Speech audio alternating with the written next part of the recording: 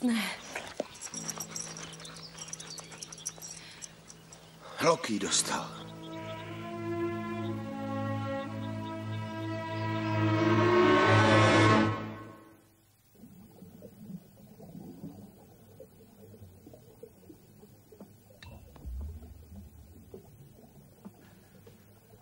Upozorňujeme diváky, že následující závěry jsou velmi drastické.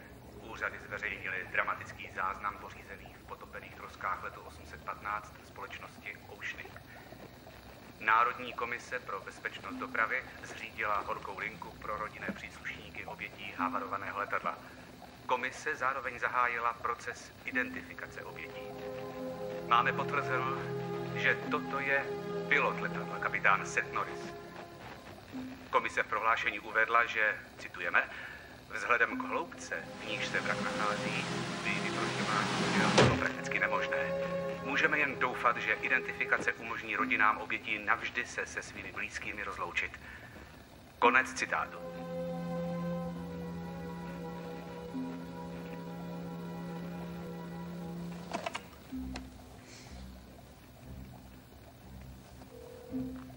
Národní komise pro bezpečnost dopravy Horká linka... Chci mluvit s vaším nadřízeným. Ano, pane. Jste příbuzný některé z obětí? Ne, ale mám o té havárii informace. Můžu mluvit s vaším nadřízeným? Pane, který jste mi sdělil... Zrovna koukám na televizi, vysíláte záběry z vraku a tvrdíte, že tohle je pilot Seth Norris. Ano, pane... Jenomže není. Moment, prosím. Nezáleží na tom, kdo jsem. Ukazujete se ten Norrise, jenže to není on. V 19 si vzal svou lásku ze střední a vždycky nosil slumní prsten. A na tom těle žádný prsten není.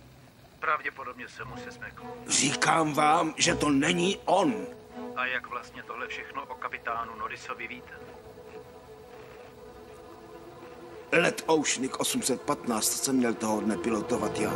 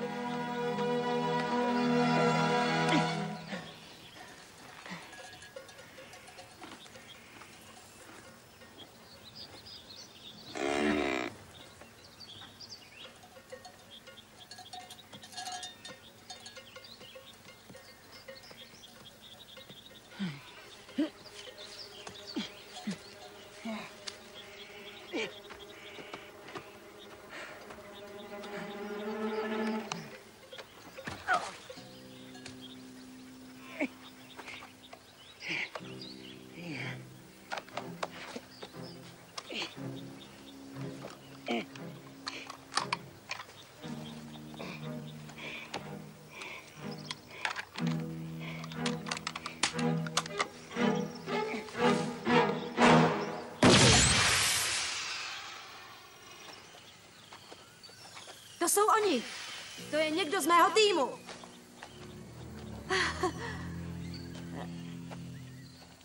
Co je to s váma, lidi? Jsme tady kvůli vám. Málem jsem umřela, když jsem vyskočila z vrtulníku, protože jste volali o pomoc. Měli bychom zjistit, kdo to odpálil. Jo, můžou být zraněný. Ona lže. Pro něco přišli, ale my to nejsme.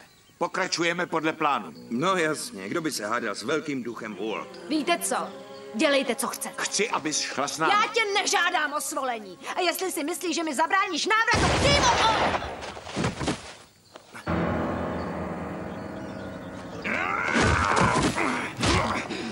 Co jsi to udělal, ty parchance?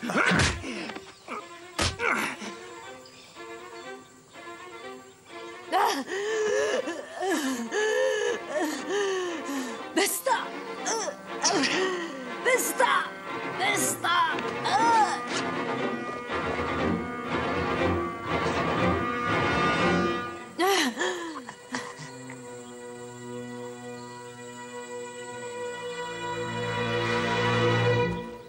Žije. Má puls. Franku. Franku. Haló. Franku. V pořádku. Co se stalo? Zasáhl nás blesk. Franku, kde je Charlotte? Vyskočila těsně předtím, než jsme se zřítili, nevím. Kde je vrtulník? Viděl jsem krávu. Hej. Lapidusi, kde je vrtulník? Kam se zřítil? Zřítil? Z jakého pilota mě máš? Pěkně jsem ho posadil tamhle.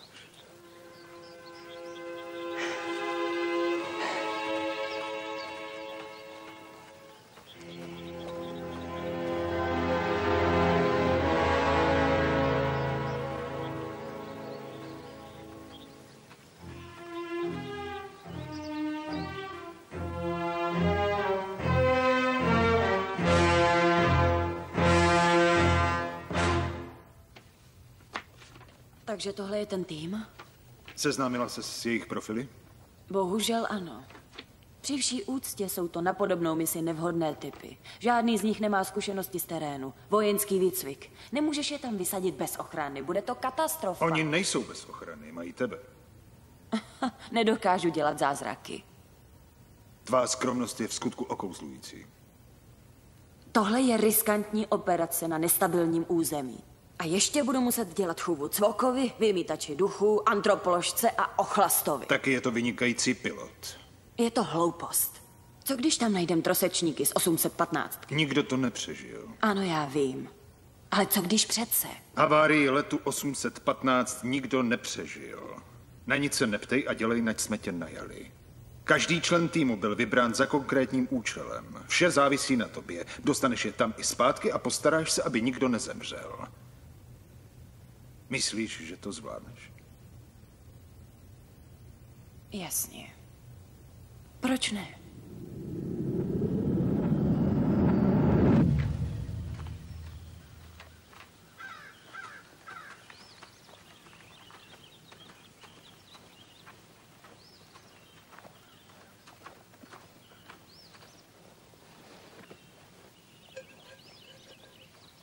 Tak co? Lehce poškozený. Mechanické systémy jsou v pořádku. Takže poletí? Rozhodně. Dáš mi ten telefon. Víš co?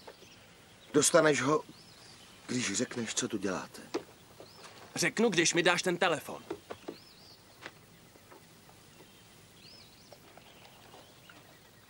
Ale ani slovo o sestře. Regino, tady Miles. Chci mluvit s Minkovským. Minkovský teď nemůže k telefonu. Je to důležitý, sežeň ho. On teď nemůže k telefonu.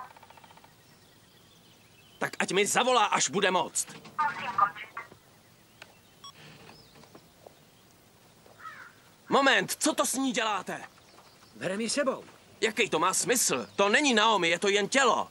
Nemůžeme ji tu jen tak nechat. Miles má pravdu. V té bouřce jsme spálili většinu paliva. Sotva nám vystačí na návrat na loď. Žádnou zbytečnou zátěž nepovezem. Vezmu ji s příští várkou. Slibuju, Dene. U mýho batohu je deka. Přinesla bys ji? Jo. Je to tak zlý, jak to bolí. A jak to bolí?